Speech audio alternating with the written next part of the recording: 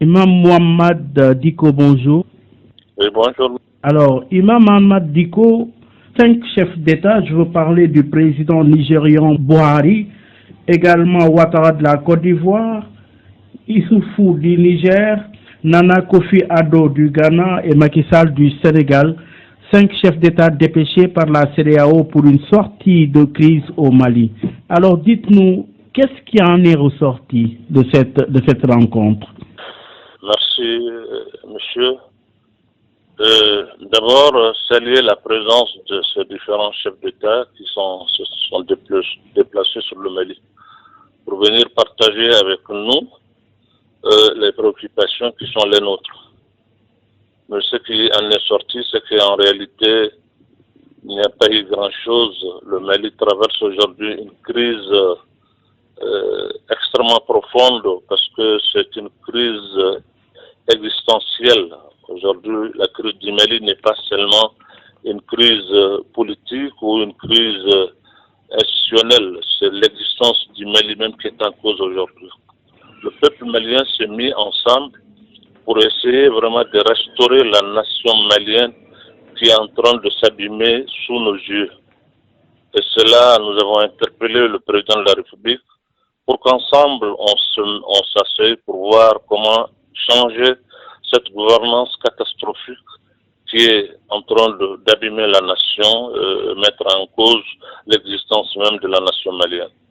Alors, cela n'a pas été comprise et donc les chefs d'État de la CEDEAO sont venus. C'est superficiellement qu'on leur a expliqué le problème. Ils ont essayé de trouver une solution comme ça et nous demander de nous conformer à cela. Mais pourquoi vous dites superficiellement? On leur a expliqué de façon superficiellement. Pourquoi vous dites cela? Parce que tout simplement, les mesures qu'ils nous ont dit sont vraiment des mesures superficielles qui ne tiennent pas en compte les véritables problèmes de gouvernance qui minent le pays. Et quelles sont ces mesures? Quelles sont ces mesures? Les mesures, ils ont parlé d'un gouvernement d'union.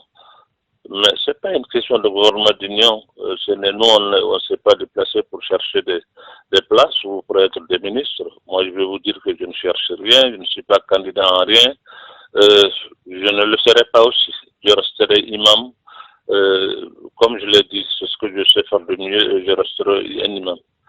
Maintenant, le pays, aujourd'hui, est prolongé dans une crise profonde où c'est l'existence de la nation, comme tu l'as dit, les populations et les communautés qui peuplent notre pays, le Mali, sont en train de s'entretuer. Et c'est des choses qui sont encouragées par les autorités, et au vu et au su de tout le monde, et tout le monde le sait. C'est des choses qu'on essaie d'escamoter, alors que c'est des réalités. C'est des choses qu'on doit en débattre aujourd'hui. Vous savez, le fait seulement de vouloir qu'un débat s'instaure au Mali, ça nous a valu aujourd'hui qu'on dépêche des blindés et puis des armes de guerre qui sont payées par l'argent du contribuable malien pour tuer des enfants innocents. Mais ça, on parle de démocratie et de bonne gouvernance pour des régimes qui s'emploient à faire de telles pratiques. Au lieu de condamner ces pratiques et puis d'exiger à ceux qui l'ont fait, on nous parle de lignes rouges, qu'on demande il y a quelque chose qui ne se fait pas et que parler de la démission du président, mais c'est le président, c'est nous qui l'avons élu. Ce n'est pas la CEDEAO qui l'a élu, c'est nous qui l'avons élu.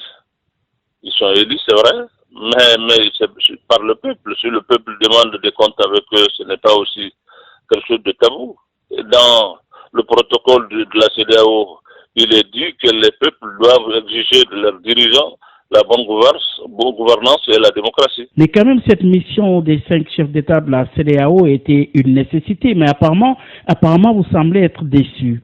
Écoutez, j'ai beaucoup de respect pour l'organisation et je mesure aussi le fait que chaque fois que le Mali est en difficulté, ils se sont déplacés quand même pour venir au chevet du Mali. Je ne peux pas jeter ça comme ça pour dire que je suis déçu. Non, pas du tout.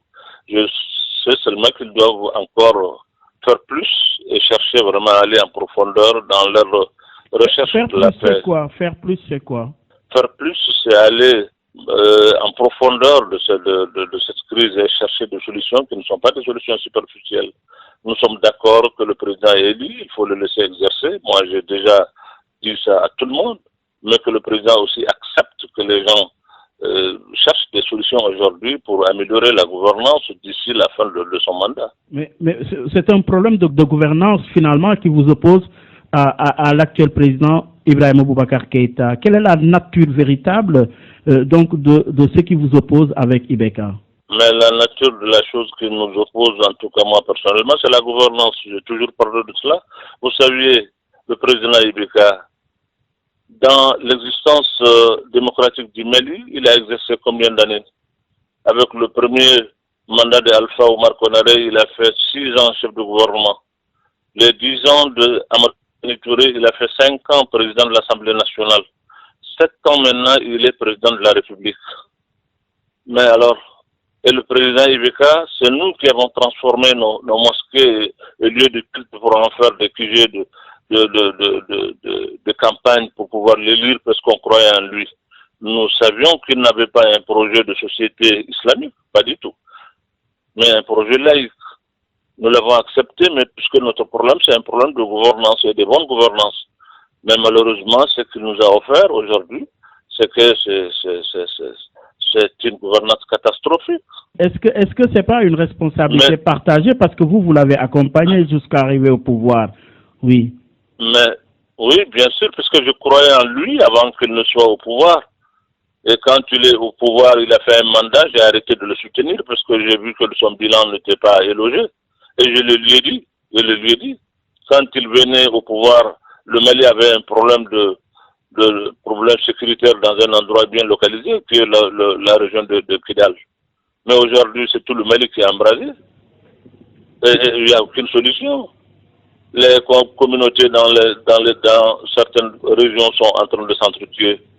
Au vu et au sud de tout le monde, il n'y a aucune solution en vue. Mais la corruption devient endémique aujourd'hui. C'est quelque chose de connu, qui est connu de tout le monde, et même des pays voisins. Alors, vous voulez qu'on s'asseye et puis on regarde le Mali s'abîmer et que personne ne puisse dire un mot? Quel est votre rôle véritable dans ce mouvement? Non, moi je suis seulement l'autorité morale, hein, vous savez. Je suis l'autorité morale de ce mouvement. Je ne suis pas l'instigateur, je ne suis pas le mobilisateur comme les gens le disent. Je suis seulement l'autorité morale. C'est tout. Je reste imam que je suis. Mais à un moment donné, j'ai été le président du Haut Conseil islamique pendant 11 ans. La première association islamique du Mali qui était là avant même l'avènement de la démocratie, j'étais le secrétaire général. J'ai fait à peu près 20 ans secrétaire général de la dite association. Donc, ça m'a permis d'être là et d'être aussi consulté dans tout ce qui s'est fait. L'avènement de la démocratie aussi est fait en ma présence ici. J'étais témoin et acteur à la fois. C'est ce qui fait qu'aujourd'hui, aussi bien les hommes qui sont au pouvoir et que les opposants et tout le monde, c'est des gens que j'ai connus, que des gens avec lesquels j'ai eu d'amitié, de relations, et nous avons partagé une période ensemble. Je suis aussi un enseignant de formation avant d'être imam. Alors, oui, aujourd'hui, le débat tourne autour de 2 axes. D'abord, le débat d'ordre institutionnel avec la Cour constitutionnelle et le débat politique, c'est-à-dire la mise en place d'un gouvernement d'union nationale. D'abord, le débat sous l'angle institutionnel avec la Cour constitutionnelle. Quelle est votre position, la position du M5? Écoutez, la position du M5, peut-être il y a des voix plus autorisées que la mienne pour vous expliquer cela en détail. Mais ce que je sais là-dedans, c'est que le Conseil constitutionnel qui a été rejeté et refusé par ceux-là même qui sont partis aux élections. Et à partir du moment où la Cour qui doit être le juge pour ordonner aux gens de s'occuper des affaires publiques est rejetée par l'ensemble des gens qui sont partis en élection, cette Cour n'a plus de légitimité. Et ça met en question aujourd'hui la légitimité même des gens qui parlent au nom du Mali. parce que c'est la même cour qui a élu Ibrahim Boubacar Keïta, c'est la même cour qui a élu les députés, c'est cette cour qui a soulevé toutes ces questions aujourd'hui, et c'est cette cour aujourd'hui dont la responsable vient d'interpeller Ibrahim Boubacar Keïta dans une correspondance aujourd'hui pour signifier son refus d'abord et refuser le décret qu'il a mis en demeure de quitter, et puis soulever aussi d'autres questions qui mettent en doute la sincérité de tout ce qui a été déclaré par cette même cour-là. Donc je pense aujourd'hui tout cela mérite que les gens se mettent ensemble pour essayer de trouver des solutions à cela. Assainir ces milieux, assainir ces instruments aujourd'hui par lesquels les gens ils viennent au pouvoir ou bien ils parlent au nom des peuples. Mais justement sur cette question, sur la question de la Cour constitutionnelle, il y a quand même les membres qui siègent. Il y a 3 membres par l'exécutif, notamment le président de la République, 3 membres par le président de la Cour constitutionnelle, 3 membres par également le M5 et 3 membres de la majorité. Donc au total 9 membres. Comment vous appréciez justement ce choix autour des membres qui doivent composer la Cour constitutionnelle?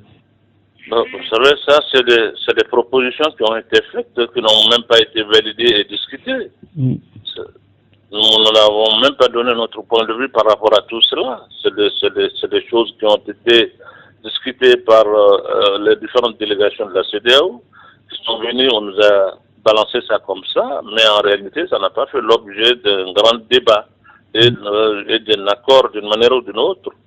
C'est seulement des intentions, des incantations qu'on nous a données. Mais qui vous quoi ces intentions? C'est d'abord les différentes délégations qui étaient là avant l'arrivée des chefs d'État, et les chefs d'État sont venus seulement entériner ce que ces délégations ont eu à ébaucher comme solution avec l'ensemble de tout le monde. Sinon, rien n'a été fait en réalité dans l'art. Ce n'était pas des accords, on ne nous a pas parlé d'accords. Les chefs d'État sont venus, ils ont parlé avec le chef de l'État malien. À huis clos entre eux là-bas, ils sont d'accord sur des choses, ils sont venus nous dire, bon, nous pensons que c'est que les différentes délégations de la CEDEAO ont dit, et, bon, c'est comme ça, et nous vous appelons au calme, etc., etc. Nous avons dit, mais écoutez, nous sommes un pays souverain, nous ne sommes pas un peuple soumis ou résigné. Nous n'acceptons pas qu'on vienne nous dicter des choses comme ça, sans un débat, sans rien, et avec tout le respect qu'on leur doit. On ne peut pas accepter ça. Vraiment, je suis au regret de parler comme ça, mais c'est comme ça que nous voyons les choses. Bon, ils ont répondu qu'ils ne sont pas là pour dicter quoi que ce soit, mais il faut que ça soit clair parce que le protocole de la CEDEAO dit ceci, dit cela. Voilà. En tout cas, certain, c'est qu'on ne s'était pas compris par la fin. Oui, mais justement, il y a l'autre question d'ordre politique, la mise en place justement d'un gouvernement d'union nationale, parce qu'il faut quand même que le Mali fonctionne. La mise en place de ce gouvernement d'union nationale, ils ont exigé que le Premier ministre en place, que le reste en place. Mais nous avons demandé qu'il y ait un Premier ministre consensuel sur lequel tout le monde est d'accord. Mais ils ont refusé ça. On nous demande seulement d'amener quelques représentants qu'on va mettre dans le gouvernement. Mais c'est que celui qui est là, il reste.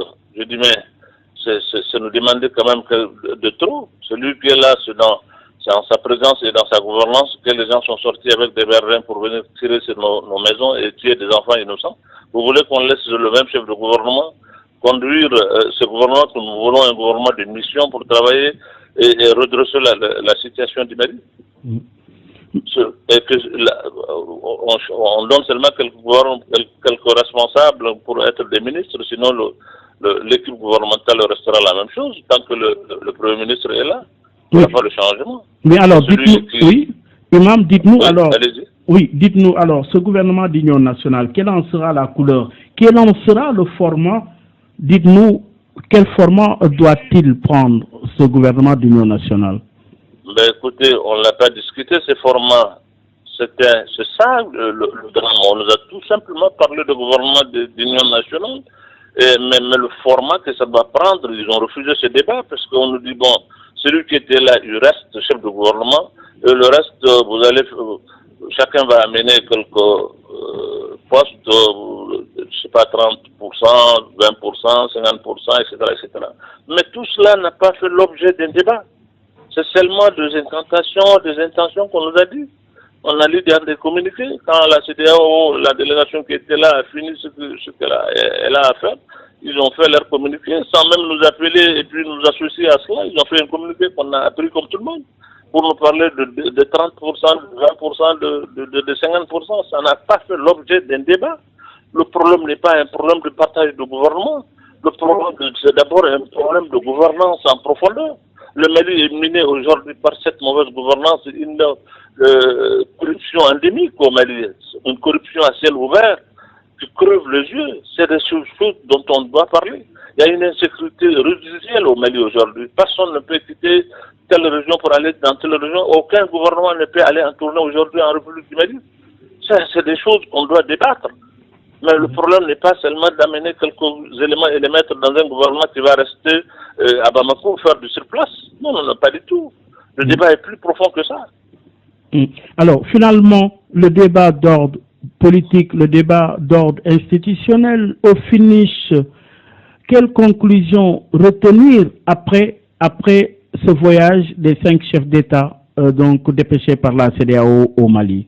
Ben, la conclusion, c'est que nous avons senti quand même qu'il y a une volonté de faire et de mieux faire, puisque on a annoncé qu'ils vont faire une conférence extraordinaire, en fait téléconférence, ou je ne sais pas comment il faut le qualifier, le lundi, et que des décisions importantes vont être prises. Oui, mais parce qu'ils ont renvoyé la question au sommet extraordinaire ce 27 juillet par visioconférence au niveau de la CEDEAO. Nous allons maintenant certainement attendre cette conférence pour voir ce qui va se passer. Mais vous, cette ligne rouge a été tracée. Ensuite, il y a ce sommet extraordinaire ce 27 juillet par visioconférence au niveau de la CEDEAO. Par rapport à ces deux exigences, est-ce qu'il existe une marge pour vous? Je crois qu'il reste une marge parce que la marge, c'est d'abord pour le peuple. Hein. Vous saviez, qu'on aille à l'Union africaine ou qu'on aille ailleurs, le Mali, c'est vrai, on fait partie des organisations, mais pour que nous soyons dans les organisations, il faut qu'on soit le Mali d'abord. Donc, l'intéressant, et puis,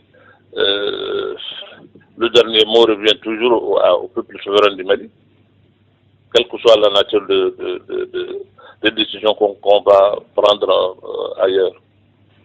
Mais Imam Dicko, finalement, quelle est la perspective en termes de sortie de crise aujourd'hui? Si on vous demande aujourd'hui, justement, quelle est la solution aujourd'hui? Réponse, c'est quoi pour vous?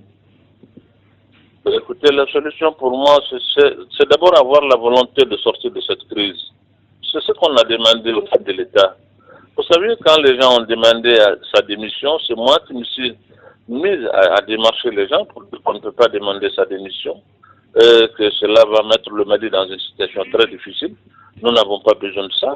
C'est notre frère, c'est notre président.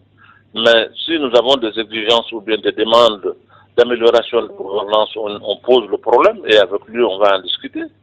Et c'est ce qui a poussé les gens à faire un mémorandum.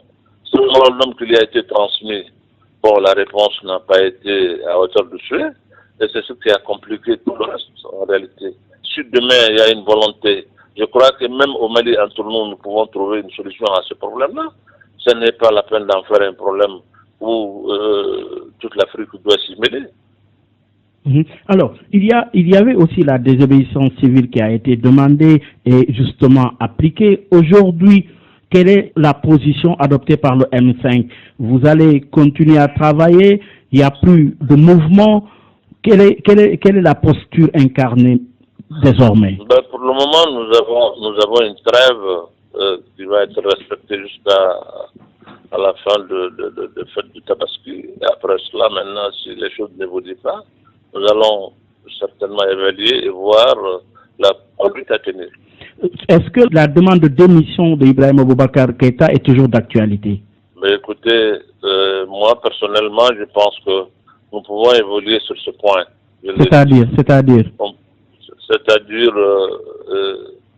améliorer. Ça, c'est mon point de vue. Mais, donc, cette question, elle est dépassée. Écoutez, dépassé ou nous n'est pas dépassé, tout cela dépend en réalité de l'évolution de la situation. Si on se met en table pour parler de tous les autres problèmes dont le pays souffre aujourd'hui, nous pouvons trouver des solutions et lui, il va rester jusqu'à la fin de son mandat. Mais est-ce que le problème finalement, c'est Ibrahim Boubacar Keïta ou le problème est beaucoup plus global aujourd'hui? Parce que Imam Mamad Diko, aujourd'hui, il y a le terrorisme. Est-ce que justement, vous avez pris l'ampleur de ce qui se joue maintenant avec le terrorisme, tout ce qu'il y a comme situation dans ce pays et qui touche l'ensemble de la sous-région? Écoutez, cela, tout le problème est là. Ce terrorisme-là, pour faire face à cela, il faut un pays uni. Il faut des gens qui regardent vers la même direction. Vous ne pouvez pas continuer à diviser les gens et puis à distraire les peuples seulement en prenant comme prétexte le problème du terrorisme. Vous savez, c'est ce qui risque d'arriver aujourd'hui. Tous ces gouvernements-là essayent de cacher leur incompétence et puis leur détermination de résoudre les problèmes sociaux qui assaillent les populations par le prétexte seulement de lutte contre le terrorisme. Pour lutter contre le terrorisme, ce n'est pas les gouvernements à eux seuls qui peuvent le faire, c'est le gouvernement et le peuple qui peuvent lutter ensemble et gagner cette lutte contre le terrorisme. Mais si cette lutte aujourd'hui est seulement au niveau des gouvernements et à l'étranger, c'est un combat qui ne sera jamais gagné. Seul le peuple peut faire face à cette situation, faire une résistance citoyenne réelle face au terrorisme. Mais imam, vous êtes imam, vous connaissez la situation justement. Mais imam, aujourd'hui, Soumaïla Cissé est kidnappé. Par qui? Justement, personne ne sait encore. Alors, comment appréciez-vous une telle situation, une telle crise, alors que Soumaïla Cissé est actuellement kidnappé, blocage politique, blocage institutionnel? Comment appréciez-vous une telle situation dans un tel contexte? Mais c'est pour cela que nous disons en réalité que la situation est extrêmement grave. C'est pour cela que cette situation mérite en réalité une analyse plus profonde, plus pointue que de chercher des solutions superficielles. Ça veut dire que la crise est réelle. Et moi, j'ai toujours dit que cette crise, même face au djihadisme, ce n'est pas un problème seulement des gouvernants. C'est les peuples dans leur ensemble qui peuvent résister à ce djihadisme ou bien à ce terrorisme. Aucun gouvernement à lui seul ne peut gagner cette guerre si vous n'avez pas l'adhésion des peuples. Et pour avoir l'adhésion des peuples, il faut avoir leur confiance. Il faut améliorer la gouvernance. Il faut être là. Quand les gouvernants sont absents, l'administration n'existe pas dans des localités entières où c'est ces gens-là qui font leurs lois, ben alors, vous voulez que ça soit quoi? C'est ce qu'on leur a dit. Je pense qu'aujourd'hui, c'est cette gouvernance, cette vision, chez nous au Mali et ailleurs, aujourd'hui en Afrique, qui doit être révisée. Vous ne pouvez pas gouverner le peuple sans les peuples. Leur adhésion, si ça n'existe pas, on parle de la démocratie tout juste pour avoir les suffrages et puis on gouverne seul. Ça ne marchera pas. Il faut nécessairement l'adhésion et l'implication des peuples pour faire face à tous les problèmes, y compris le terrorisme. Sinon, on ne peut jamais gagner cette guerre en l'absence de l'implication des populations qui sont les premiers concernés. Mais cette lutte aujourd'hui est devenue une lutte seulement des gouvernants et puis des pays étrangers qui en parlent. Mais les peuples eux-mêmes ne sont pas impliqués. C'est pour cela qu'on ne gagne pas cette guerre comme ça. Et tous les jours, ça se détériore. Alors, l'absent le plus présent, c'est Soumaïla Cissé. Comment, justement, de ce point de vue, comprenez cette situation, ce kidnapping de Soumaïla Cissé? Vraiment, je ne peux pas le comprendre. Si je le comprenais, j'allais vous le dire. Personne ne peut le comprendre aujourd'hui puisque personne n'a revendiqué le kidnapping de Soumaïla. C'est ce qui nous embête un peu. Parce que d'habitude, ceux qui sont taxés d'être les auteurs, d'habitude, quand ils commettent un forfait, ils disent, ils revendiquent. Et cette fois-ci, personne n'a revendiqué. C'est ce qui complique la tâche, parce qu'on ne sait pas réellement qui détient Soumaïla. On peut supposer, on peut peut-être penser que c'est tel ou tel côté, mais personne ne sait avec exactitude Soumaïla est kidnappé par qui, parce que personne n'a revendiqué. Alors, Imam Ahmad Diko, comment justement analysez-vous la présence également, en parlant de sécurité, il y a la présence des forces internationales. Vous avez Mbarkhane qui est là, mais aujourd'hui, il y a beaucoup de forces présentes sur le terrain et pas encore de solution pacifique dans l'espace sahélo-sahélien. Quelle explication pour vous qui êtes sur place? Mais écoutez, quelle que soit la nature des forces ou leur présence, tant que les populations qui habitent le Sahel, ces populations même ne s'approprient pas la lutte, nous n'allons pas la gagner. Non, nous ne sommes pas à une époque où seulement les armes peuvent gagner une lutte. Pas du tout, pas du tout. Nous sommes à une époque où il faut nécessairement que les populations qui sont les premiers concernés soient à l'avant-garde de cette lutte, nous pouvons la gagner. Mais les gens ne veulent pas de cela. Ils veulent que la lutte soit seulement une lutte comme ça, où c'est les gouvernements et puis c'est... Vous parlez des gens, vous faites allusion à qui en parlant des gens qui ne veulent pas que justement ce combat soit gagné? Vous pensez à qui? Ben, je ne sais pas, ceux qui sont censés être aujourd'hui à l'avant-garde de cette lutte. Vous venez dans des pays d'autrui pour mener une guerre où vous n'êtes pas vous-même présent. Les populations qui sont dans ces pays ne sont pas en collaboration avec vous. Ils ne se sentent pas concernés par votre présence. Ils ne savent même pas contre qui vous luttez.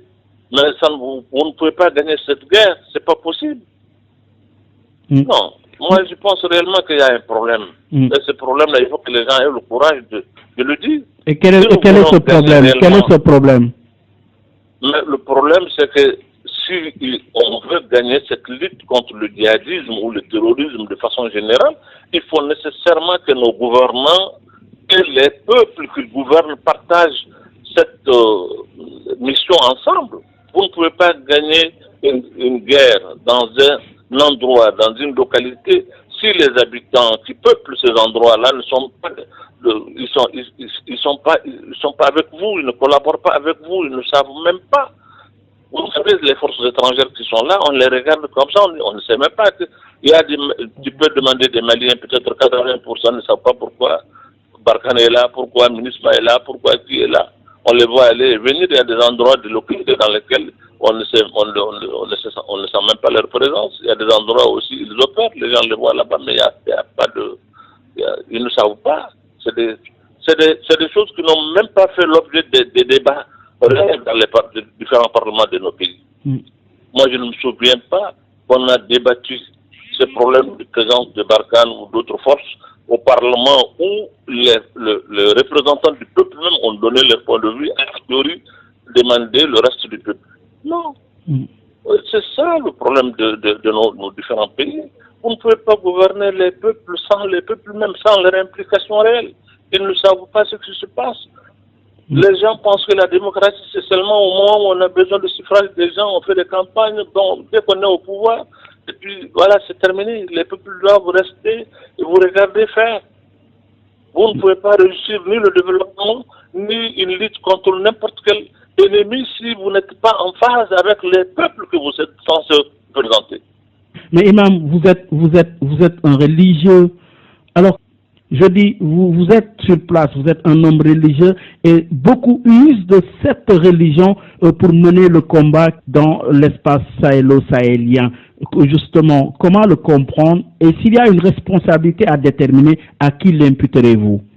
Ceux qui sont là-bas n'ont jamais demandé, nous, notre point de vue pour être là-bas. Nous ne savions pas comment ils se sont retrouvés là-bas. Il y a des gens qui ont la responsabilité de préserver nos pays et l'intégrité territoriale de nos différents pays.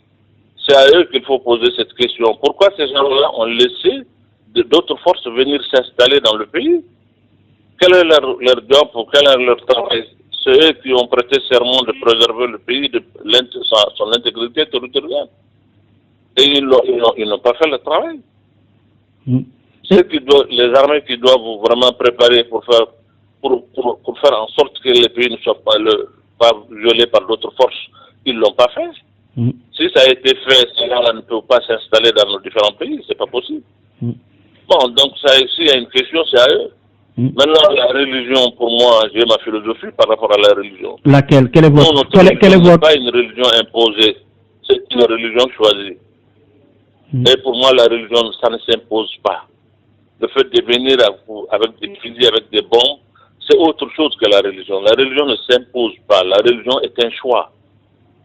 Et la religion en Afrique a été toujours un choix. Personne ne nous a imposé une religion.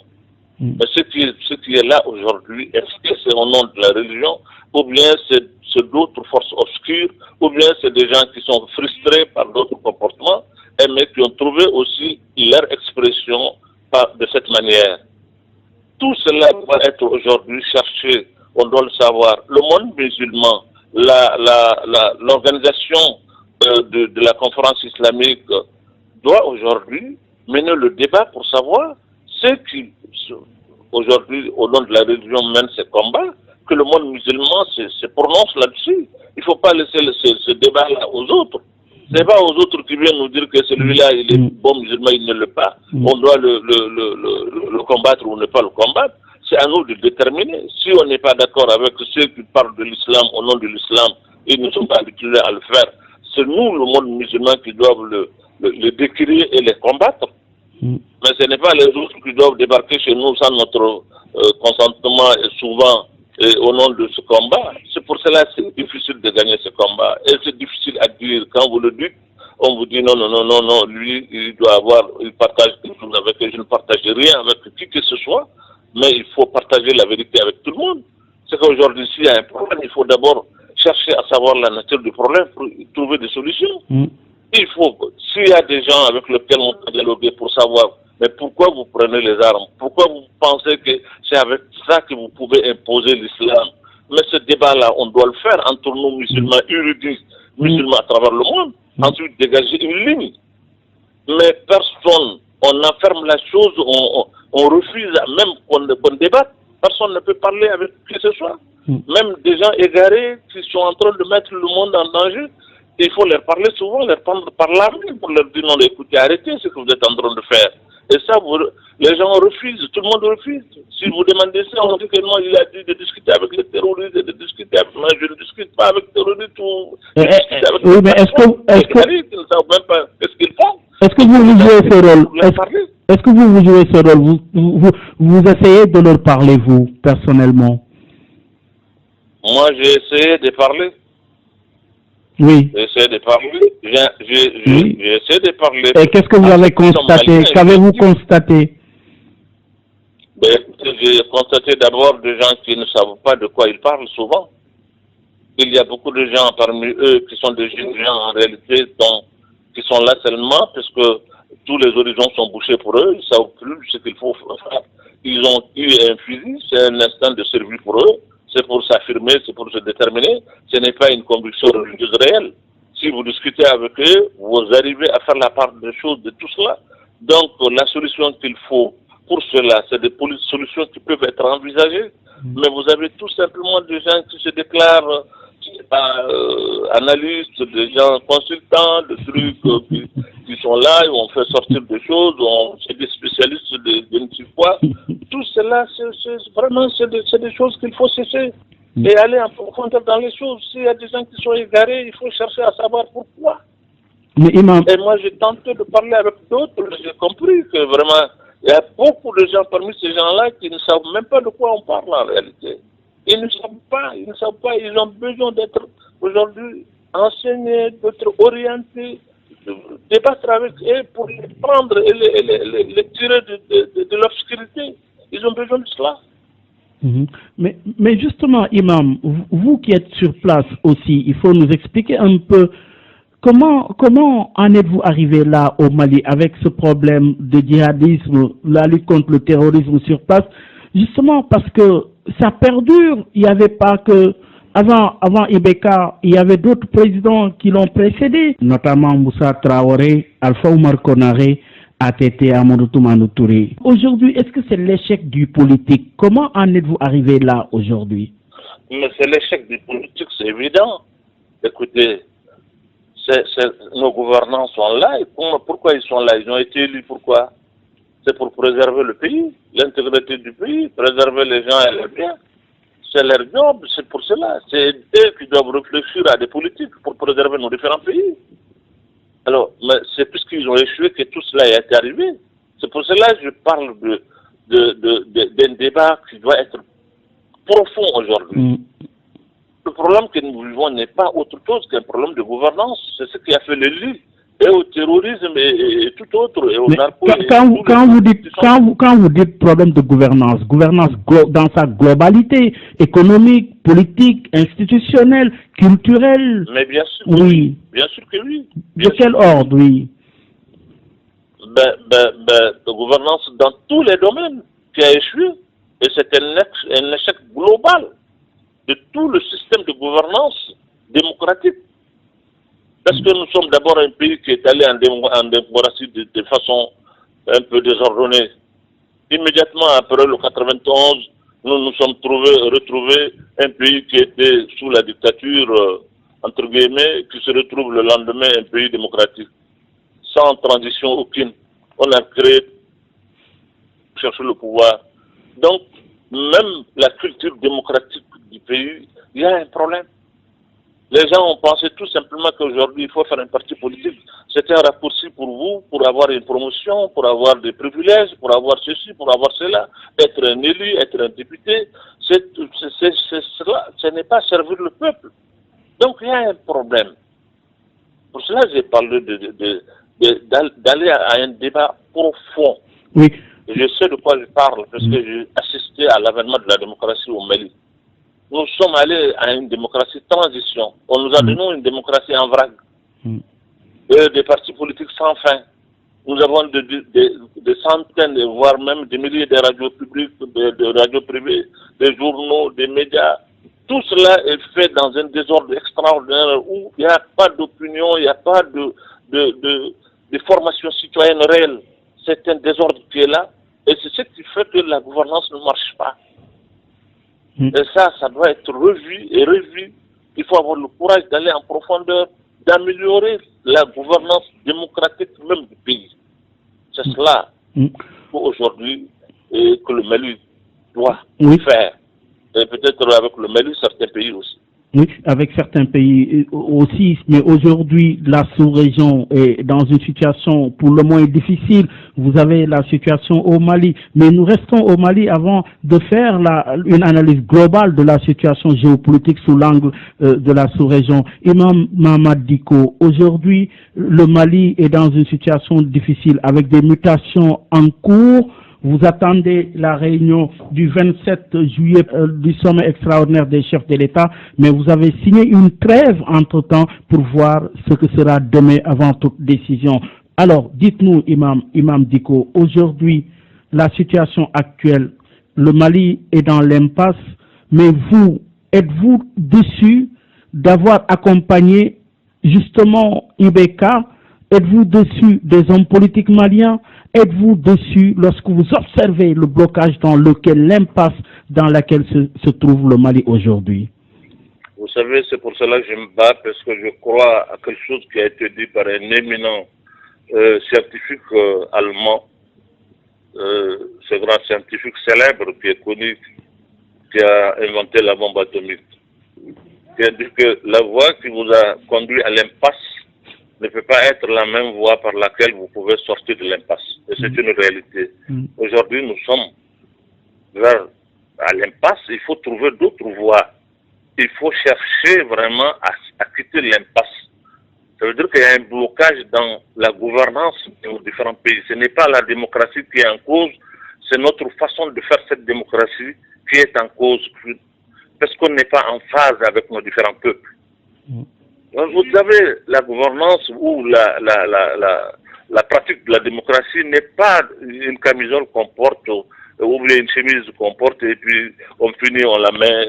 Non, c'est une façon d'être, c'est une façon de vivre, ça demande une formation, ça demande une orientation, ça demande une façon d'être. Et malheureusement, nos différents partis politiques, les organisations politiques, etc., n'ont pas accompagné les peuples pour les former, pour avoir vraiment des citoyens formés qui savent leurs devoirs et leurs droits. Ça n'existe pas dans nos différents pays. Les formations politiques qu'on a, on les crée par centaines, uniquement pour être élu, ou bien avoir des élus, pour bénéficier des privilèges. C'est tout. Et ça, il faut que ça change, cette façon de faire. Mais oui, il y a la boulimie du pouvoir. Mais à côté de cette boulimie du pouvoir, il y a un danger qui guette aussi ce genre de contestation, ce genre de mouvement. C'est-à-dire aujourd'hui, le pouvoir risque de se retrouver dans la rue et n'importe qui peut le ramasser. Êtes-vous conscient justement de ce qui se joue par rapport à cela? Vous qui êtes à la tête de ce mouvement. Nous sommes conscients aujourd'hui de la faiblesse extrême de notre pays et le danger en réalité qui guette si on n'y prend pas garde. C'est aussi la raison pour laquelle nous avons lancé ce cri de cœur et faire l'alerte qu'aujourd'hui au Mali, laissant toute autre considération, nous devrons nous mettre ensemble parce que c'est ensemble seulement que nous pouvons relever tous les défis. Vous ne pouvez pas rester divisés avec des luttes internes qui ne finissent jamais et pouvoir faire face à ces grands défis que le défi de lutte contre le terrorisme et autres. Donc nous sommes parfaitement conscients. Nous savions que nous jouons grand parce que ce n'est pas seulement le Mali, mais c'est la sous-région et voire même l'Afrique. Donc nous ne sommes pas naïfs. Nous savions où est-ce qu'il faut aller pour ne pas tomber dans certains désordres qui vont amener une situation qu'on ne souhaite pas pour notre pays, on ne le souhaite pas aussi pour la sous-région. Nous allons nous y mettre, Inch'Allah, pour faire tout pour que le débat soit circonscrit dans une certaine manière qui nous permet vraiment d'avancer, mais de ne pas tomber dans des situations qui vont peuvent nous amener vers un chaos quelconque. Oui, parce qu'il y a aussi l'épisode Sanoko. Écoutez, l'épisode Sanogo, c'est un problème judiciaire qui va être réglé par la justice. Mais alors, une autre analyse qui s'impose, c'est le contexte sous-régional. Aujourd'hui, par rapport à ce qui se passe au Mali, d'autres pays sont en perspective pour des élections. Alors, le second et dernier mandat, selon vous, souvent se traduit dans la difficulté. Comment appréciez-vous justement cette problématique de l'heure et qui concerne beaucoup de pays de la sous-région ouest-africaine?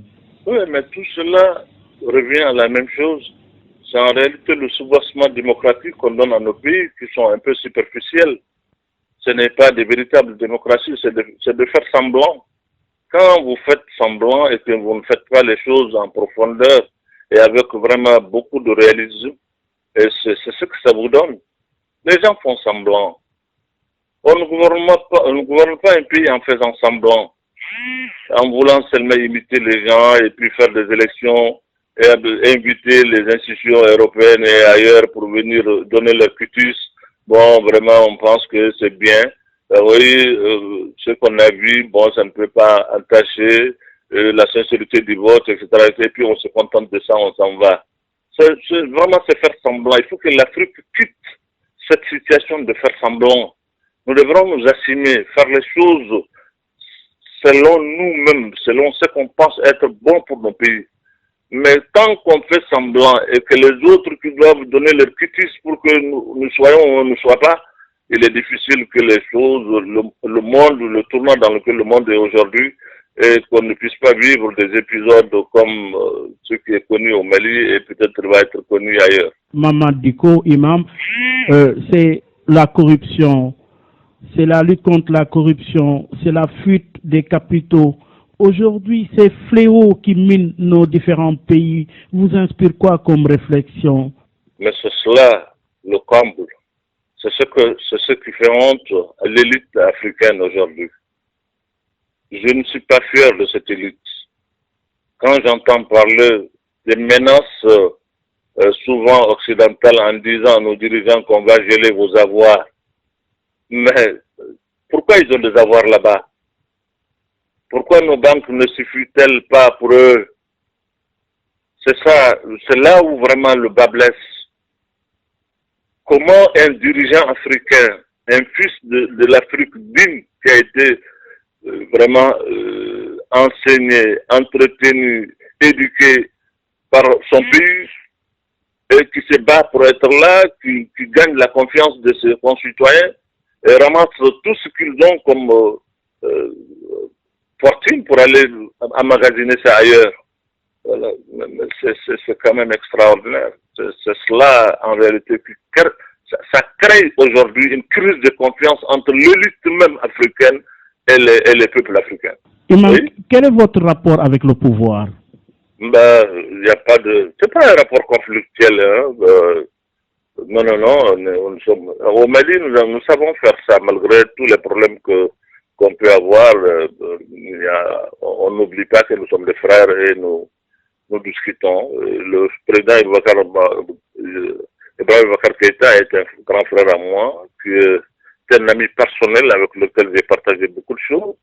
Donc il n'y a pas d'animosité, mais ça ne nous empêche pas de dire ce que nous pensons être bon pour notre pays. Quel est votre rêve pour le Mali? Quel est votre rêve pour l'Afrique? Le rêve que nous avions une Afrique digne. Je dis moi, je préfère mourir en martyr que de vivre en traître. C'est-à-dire que mourir pour une cause juste, réelle, je le préfère et je choisis cette mort-là que de vivre en réalité dans l'indignité, vivre traître. Je crois que ça, je ne le souhaite pas pour les Africains, je ne le souhaite pas pour nos dirigeants.